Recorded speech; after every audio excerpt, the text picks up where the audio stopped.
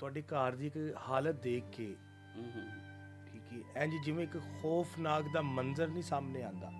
ਬਈ ਗੁਜ਼ਾਰਾ ਤੇ ਫਿਰ ਕਰਨਾ ਹੀ ਹੈ ਨਾ। ਕਾਰੋਬਾਰ ਨਾ ਹੁੰਦੀ ਹੋਵੇ ਤਾਂ ਫਿਰ ਗੁਜ਼ਾਰਾ ਤੇ ਹੈ ਹੀ ਹੈ ਨਾ, ਕਰਨਾ ਹੀ ਪੈਣਾ ਗੁਜ਼ਾਰਾ। ਜਿਸ ਤਰ੍ਹਾਂ ਕੱਪੜੇ ਨੇ ਕੋਈ ਐਸਾ ਸੈਟਅਪ ਨਹੀਂ ਤੁਹਾਡਾ, ਇਹ ਇੱਕ ਹੀ ਰੂਮ ਹੈ ਤੁਹਾਡਾ? ਇੱਕ ਕਮਰਾ ਕਿਰਾਏ ਬੇਤਾਸ਼ਾ ਨੇ, ਉੱਤੋਂ ਬਿਜਲੀ ਦੇ ਬਿੱਲ ਬੇਤਾਸ਼ਾ ਨੇ, ਗੈਸ ਦੇ ਬਿੱਲ ਵਗੈਰਾ ਨੇ, ਪਾਣੀ ਦਾ ਬਿੱਲ 1100-1200 ਰੁਪਏ ਪਾਣੀ ਦਾ ਬਿੱਲ ਹੈ। ਅੱਜ ਕੱਲ੍ਹ ਦੇ ਦੌਰ 'ਚ ਕਿਹੜਾ ਕੋਈ ਕੰਮ ਆਉਂਦਾ? ਜਿਹੜਾ ਆਉਂਦਾ ਤੇ ਉਹ ਕਹੋਗੇ ਯਾਰ ਸਾਨੂੰ 1000 ਚਾਹੀਦਾ, ਉਹ 10,000 ਗੱਲਾਂ ਸੁਣਾ ਕੇ 1000 ਦਿੰਦਾ। ਉਹਨੂੰ ਫਿਰ ਵੀ ਉਹ ਵਾਪਸ ਵੀ ਕਰਨੇ ਨੇ ਆਸਾਨ ਫਿਰ ਮੁਕੱਦਾ।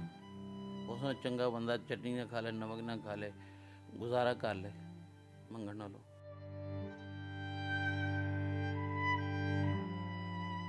जी बिस्मिल्लाहिर्रहमानिर्रहीम। सारा बनों के साथ मैं खान अली। जिस तरह कि मैं एक गल करना वा कि ये हुकूमत का काम सी, साड़ी पाकिस्तान की जिहड़ी हुकूमत है ये उन्हां दा काम सी कि इंज दे लोकां नूं रोज़गार देना। जदोजहद कर रहे हैं असी इस वजह तो कर रहे हैं कि यार ये लोग चलो रज के तो रोटी खा लैन, ये किराए अदा करन, बिजली के बिल देन, बच्चों नूं पढ़ान, कित्थे जान? रोज़गार तो है नहीं, मिल ही नहीं रहा। फिर जराइम क्यों वधदा है? इस वजह तो ही वधदा है, बच्चों का ढिड भरना है।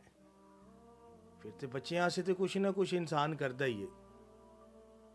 तो दोस्तां वीरां के गुजारिश है, जिन्हें दोस्त ने वीर ने देखते ने वीडियो नूं 2 मिनट बैठ के लाजमन देखा करो।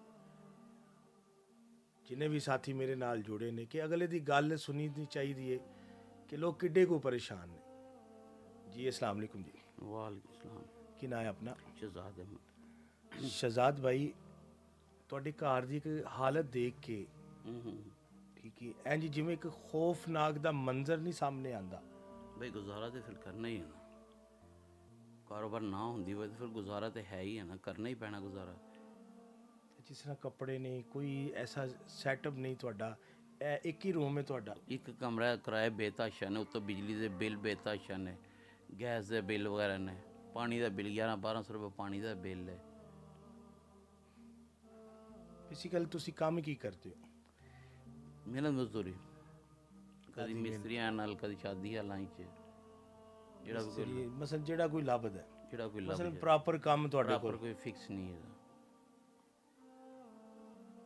ਕਿ ਤੁਹਾਡੇ ਕੋਈ ਰਿਸ਼ਤੇਦਾਰ, ਕੋਈ ਅਜ਼ੀਜ਼ ਕੋਈ ਕੰਮ ਨਹੀਂ ਆਇਆ? ਉਸਤਾਦ ਜੀ ਅੱਜ ਕੱਲ੍ਹ ਦੇ ਦੌਰ 'ਚ ਕਿਹੜਾ ਕੋਈ ਕੰਮ ਆਉਂਦਾ? ਜਿਹੜਾ ਆਉਂਦਾ ਤੇ ਉਹ ਕਹੋਗੇ ਯਾਰ ਸਾਨੂੰ 1000 ਚਾਹੀਦਾ, ਉਹ 10,000 ਗੱਲਾਂ ਸੁਣਾ ਕੇ 1000 ਦਿੰਦਾ। ਉਹਨੂੰ ਫਿਰ ਵੀ ਉਹ ਵਾਪਸ ਵੀ ਕਰਨੇ ਨੇ ਆਸਾਨ ਫਿਰ ਮੁਕੱਦਾ। ਉਸ ਨਾਲ ਚੰਗਾ ਬੰਦਾ ਚਟਨੀ ਨਾ ਖਾ ਲੈ, ਨਮਕ ਨਾ ਖਾ ਲੈ, ਗੁਜ਼ਾਰਾ ਕਰ ਲੈ ਮੰਗਣ ਨਾਲੋਂ। ਕਿੰਨਾ ਕਿਰਾਇਆ ਦਾ ਦਿੰਦੇ ਹੋ? ਕਿਉਂਕਿ 7,000 ਰੁਪਏ। 7,000 ਰੁਪਈਆ।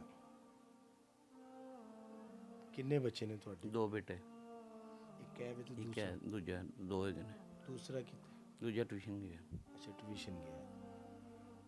देखो परेशानी तो बहुत ज़्यादा है। मैं ये अपने दिमाग ਤੁਹਾਡੇ ਨਾਲ ਗੱਲ ਕਰਦਿਆਂ ਸੋਚਦਾ ਹਾਂ पे कि ਬੱਚਿਆਂ ਵਾਸਤੇ ਹੀ ਕਰਨਾ ਪੈਂਦਾ ਸਾਰਾ ਕੁਝ कि औलाद पढ़ लिख के एक काबिल इंसान बन जाए इंशाअल्लाह। ये यही सोच होती है ना ऐसी तरह माँ प्यो की, ऐसी तरह माँ प्यो की यही ख्वाहिश होती है। यही ख्वाहिश होती है कि देखो हुण इस तरह घर दे विच जिवें तुसीं ਇਹ बैठे हो इस तरह ਰਿਹਾ नहीं ਜਾਂਦਾ। नहीं रहा जाता, मजबूरी की वजह बिल्कुल नहीं।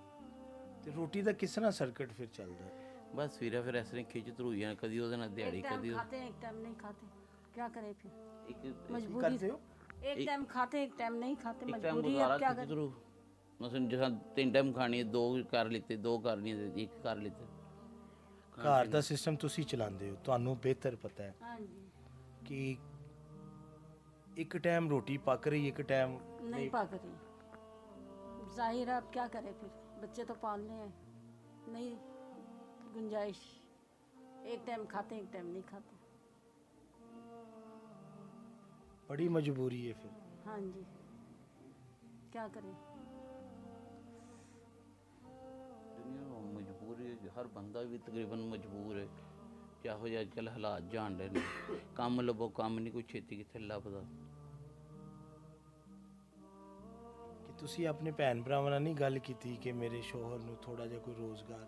नहीं वो भी नहीं, बहन भाई बड़े, एक भाई फोत हो गए, एक भाई है वो यहाँ पे है ही नहीं, सारे मतलब गरीब ही हैं, किससे कहे बंदा।